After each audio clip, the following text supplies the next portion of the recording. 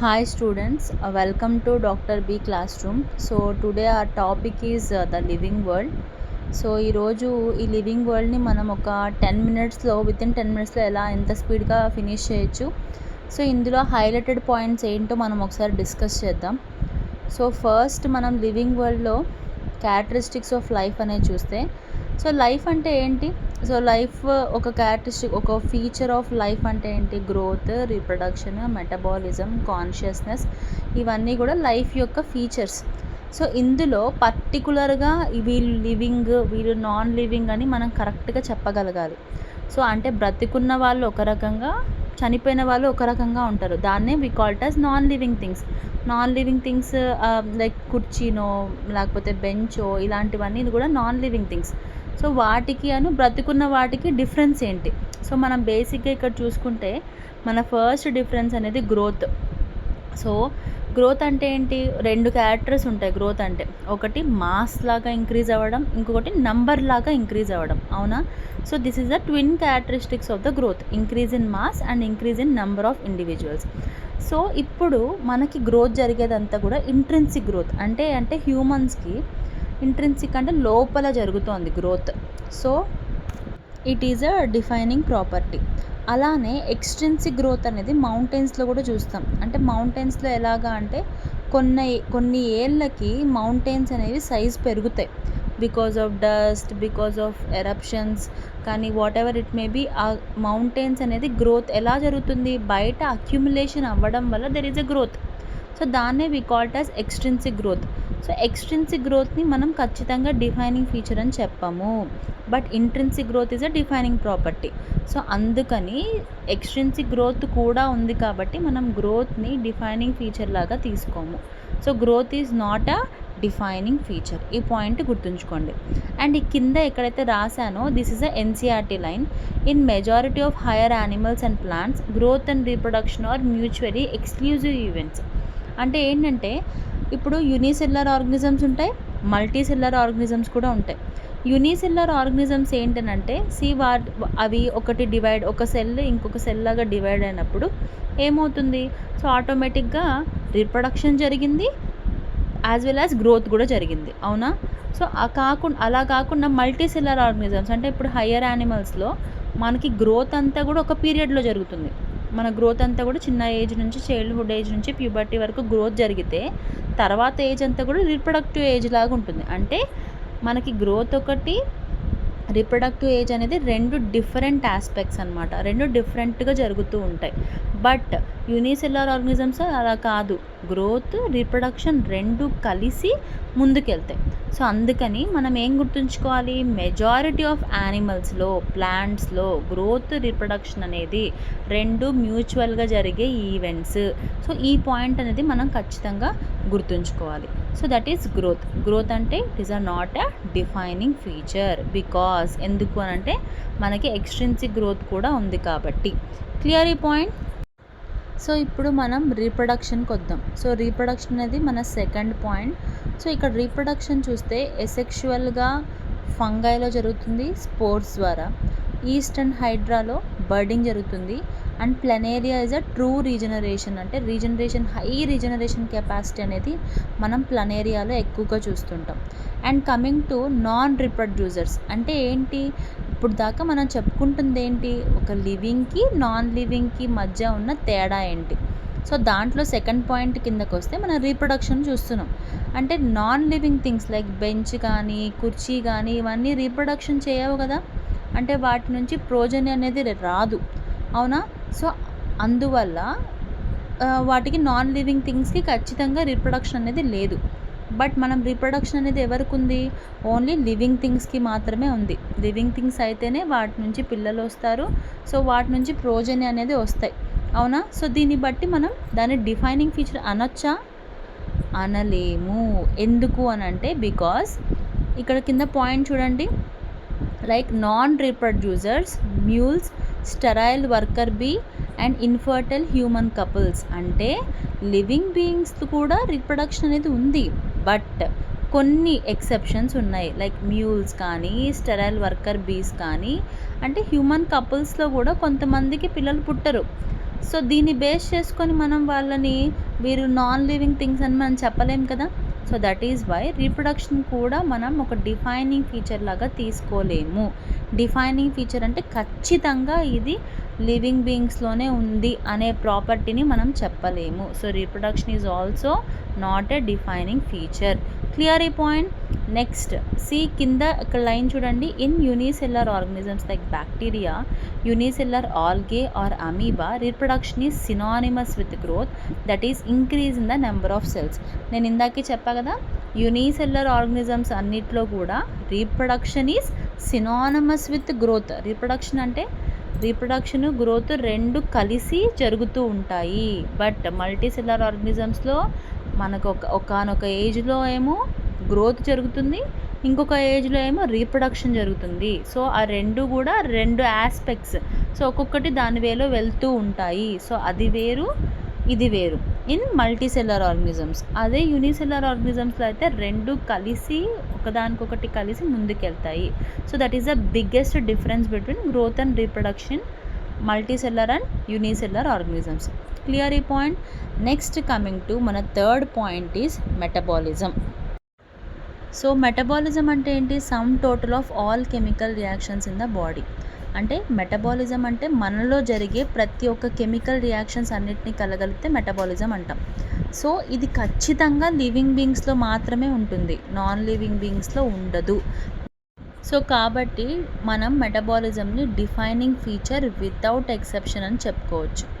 కానీ ఒక చిన్న పాయింట్ ఉంది, అదేంటంటే an isolated metabolic reactions in a test tube is neither living nor non living but surely living reactions. అంటే ఏంటి? ఇప్పుడు మనం ఒక టెస్ట్ ట్యూబ్ తీసుకున్నాం. టెస్ట్ ట్యూబ్లో మన బాడీలో ఏదైతే రియాక్షన్ జరుగుతుందో సో అక్కడ కూడా అదే రియాక్షన్ని మనం రీక్రియేట్ చేయొచ్చు, అవునా? కానీ మనం దాన్ని అప్పుడు లివింగ్ అని చెప్పగలుగుతామా? చెప్పలేము.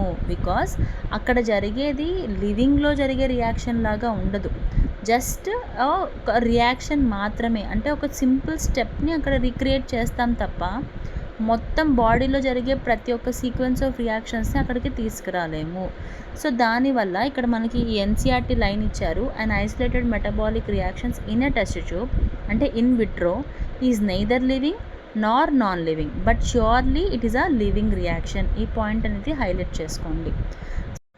So coming to next point is consciousness. Consciousness అంటే ability to sense environment and respond. అంటే ఏంటి?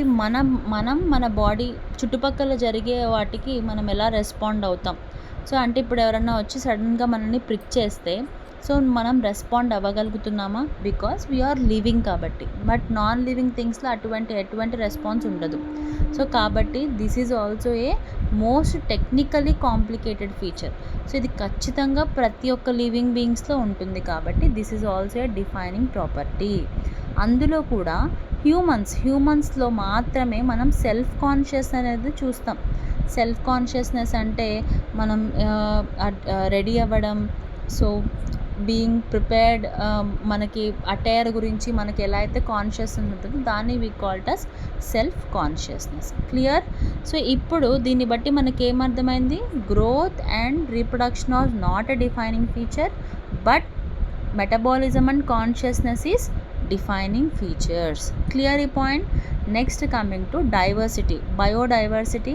సో మనకి మొత్తం నంబర్ ఆఫ్ స్పీషీస్ చూస్తే అరౌండ్ 1.7 to 1.8 మిలియన్ స్పీషీస్ అయితే మన దగ్గర ఉన్నాయి. So this is also very important. ఇది NCERT line. So coming to binomial nomenclature which was given by Carolus Linnaeus. So ఆయన ప్రకారం there will be a naming of an organism should be one is genus and one is species. అంటే ఒకటి genus అయి ఉండాలి, ఇంకొకటి species అయి ఉండాలి. So ఈ రెండిటికి ద రూల్స్ అనేవి మనకు తెలుసు already, rules of binomial nomenclature. దాని ప్రకారమే ఇది లాటిన్ లాంగ్వేజ్లో ఉంటుంది అండ్ ఇటాలిక్ ఫాంట్లో ఉంటుంది. సో ఇక్కడ మనకు క్లియర్గా మెన్షన్ చేసినట్టు మ్యాంజిఫెరా ఇండికా లిన్ అంటే లిన్నేయస్, దట్ ఈస్ ఒక ఆథర్ పేరు. ఎవరైతే దాన్ని ఐడెంటిఫై చేశారో కనిపెట్టారో ఆ ఆథర్ పేరుని మనం అక్కడ అబ్రివేషన్ ఫామ్లో అనేది రాస్తాం. Next coming to taxonomy steps. ఇక్కడ గుర్తుంచుకోండి, CINC characterisation, identification, nomenclature and classification. So ఈ యొక్క సీక్వెన్స్ అనేది అయితే గుర్తుంచుకోవాలి. That is taxonomical steps. Next coming to taxonomical hierarchy. So ఇక్కడ ఒక నిమోనిక్ ఉంది. దాన్ని నేను ఏమని చెప్పుకుంటా అంటే keep pot clean or family get sick. So keep pot clean or family get sick. So ఈ ఆర్డర్లో మనకి చాలా ఇంపార్టెంట్. సో ఈ ఆర్డర్ హైరార్కీ గుర్తుంచుకోవాలి కంపల్సరీగా. So from Kingdom to species, మనం కింగ్డమ్ నుంచి స్పీషీస్కి వెళ్ళే కొద్దీ కూడా మనకి సిమిలారిటీ ఆఫ్ ద క్యారెక్టర్స్ అనేవి పెరుగుతూ వెళ్తుంటాయి. అంటే కింగ్డమ్లో చాలా తక్కువ క్యారెక్టర్స్ సిమిలారిటీ ఉంటుంది, స్పీషీస్లో ఎక్కువ సిమిలారిటీ ఆఫ్ స్పీషీస్ అనేవి ఉంటాయి. So from species to Kingdom similarity of characters అనేవి తగ్గుతూ ఉంటాయి. సో నెక్స్ట్ కమింగ్ టు ఇక్కడ మనకి మ్యాన్ ఒక hierarchy classification, house fly, mango and wheat ఇవి కూడా చాలా ఇంపార్టెంట్. సో ఇందులో మనం ఫస్ట్ మ్యాన్కి వస్తే biological name of man is homo sapiens, family is Hominidae, Primata, Mammalia and Chordata. House ఫ్లైలో Musca domestica, Muscidae, Diptera and Insecta and Arthropoda.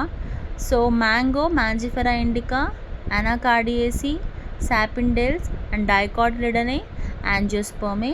And వీట్కి వస్తే Triticum aestivum, Poaceae, Poales, Monocotyledonae and Angiospermae. So ఈ 4 scientific names అనేవి మనం compulsory గుర్తుంచుకోవాలి. బేసిక్గా family of mango అంటే ఫ్యామిలీస్లో అన్నీ కూడా మనకి ఏసీ అనేవి వస్తాయి. And coming to like family of man and house ఫ్లైలో మనకి ఇడే వస్తుంది. బట్ మ్యాంగో అండ్ వీట్లో అయితే ఈఏసీ వస్తుంది. ఆర్డర్ చూడండి, మనకి మ్యాన్ అండ్ హౌస్ ఫ్లైలో డిప్టెరా వస్తే మ్యాంగో అండ్ వీట్లో ఏల్స్ వస్తుంది. సో ఈ సఫిక్సెస్ పాయింట్ అనేవి కంపల్సరీగా గుర్తుంచుకోండి. So you should be remembered, it should be remembered. Clear? So next coming to మనకి taxonomical aids. So taxonomical aids అంటే these are the identification tools. So ఎలాగ మనం ఒక స్పీషీస్ని మనం ఐడెంటిఫై చేయగలుగుతాం అనేది టాక్సనామికల్ ఎయిడ్స్. సో ఇందులో మన ఫస్ట్ వచ్చేసి హెర్బేరియం. హెర్బేరియం అంటే dried, pressed, preserved plants, quick reflect system. And coming to museums అంటే ప్రిజర్వ్డ్ స్పెసిమన్స్, అంటే జార్స్లోనో, బాక్సెస్లోనో, స్టఫ్లింగ్స్లోనో మనకి యానిమల్స్ అవ్వచ్చు, అది బొటానికల్ ప్లాంట్స్ అవ్వచ్చు, ఇవన్నీ కూడా మనకి మ్యూజియంలో స్టోర్ చేస్తారు. అండ్ బొటానికల్ గార్డెన్స్లో వచ్చి లైవ్ ప్లాంట్ కలెక్షన్స్ అనమాట. సో ఇవన్నీ కూడా మనకి లైవ్ ప్లాంట్ కలెక్షన్స్ ఉంటాయి. నెక్స్ట్ కీస్ అంటే ఏంటంటే అనలిటికల్ నేచర్. సో మనకి there is a contrasting characters in a pair, వాటిని కప్లెట్ అంటాం. సో ఈ కీస్ ఉపయోగించి we can identify the species. So అంటే మనకి దొరికిన ఏదైతే ఒక చిన్న మొక్క, ఒక ప్లాంట్ ఉందనుకోండి, సో ఇటువంటి టాక్సనామికల్ ఎయిడ్స్ అనేవి మనం యూజ్ చేసి వాటిని మనం ఐడెంటిఫై చేస్తాము. సో అందులో వచ్చినవే ఈ keys, botanical gardens, museums and herbariums. So ఇందులో కూడా మనకి different types of taxonomical aids ఉన్నాయి. సో ముఖ్యంగా చూస్తే అందులో కూడా monograph and we can have manuals. So ఇవన్నీ కూడా మనం ఈజీగా టాక్సనామికల్ ఎయిడ్స్లో అనేవి చూడొచ్చు. క్లియర్ ఈ పాయింట్? సో ఇవన్నీ కూడా different things. Most of the previously asked questions అన్నీ కూడా ఈ పాయింట్స్ మీద బేస్ చేసుకొని ఉన్నాయి. సో దీంతో మనం లివింగ్ వరల్డ్ని వితిన్ 10 minutesతో మనం ఈజీగా కంప్లీట్ చేయొచ్చు. ఈ పాయింట్ కనుక హైలైట్ చేసుకుంటే ప్రతి ఒక్క క్వశ్చన్ అనేది మనం ప్రాక్టీస్ చేసుకుంటే ఈజీగా మనం స్కోర్ అనేది చేయగలుగుతాం. So this is living world. Thank you, doctor B classroom. So ఇలాంటి మరిన్ని వీడియోస్ కోసం సబ్స్క్రైబ్ చేసుకోండి అండ్ ఎప్పుడు నోటిఫికేషన్ ఆన్లో పెట్టుకోండి, సో దట్ నేను ఎప్పుడైనా పోస్ట్ చేస్తే you will get notified. And thank you.